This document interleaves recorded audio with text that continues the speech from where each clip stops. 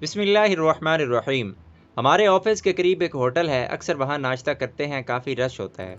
मैंने काफ़ी दफ़ा मुशाहिदा किया कि एक शख्स आता है, खाना खाकर भीड़ का फ़ायदा उठाकर चुपके से पैसे दिए बगैर ही निकल जाता है।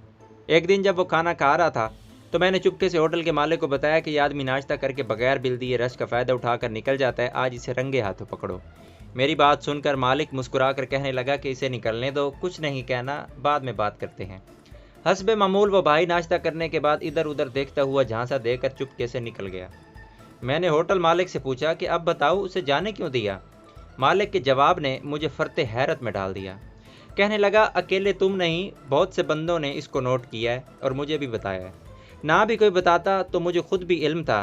कहने लगा, ये सामने बैठा रहता है और जब देखता है कि मेरे होटल पर रश हो गया है तो चुपके से आकर खाना खाकर निकल जाता है।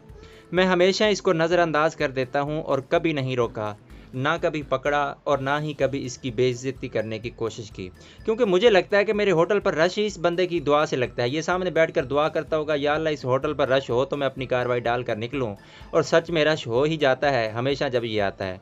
मैं इसके और अल्लाह के दरमियान उस दुआ और कबूलियत के मामले में टांग अड़ाकर अपनी बदबख्ती को दावत नहीं देना चाहता। ये मेरी तरफ से नज़रअंदाज ही होता रहेगा और हमेशा ऐसा खाना खाता रहेगा। मैं कभी इसको पकड़ कर बेइज्जत नहीं करूँगा। दोस्तों, ये एक तहरीर थी। अगर अच्छी लगती है तो इसको आगे लाजमी शेयर किया करें, और वीडियो अच्छी लगे तो वीडियो को लाइक करके चैनल को सब्सक्राइब करें।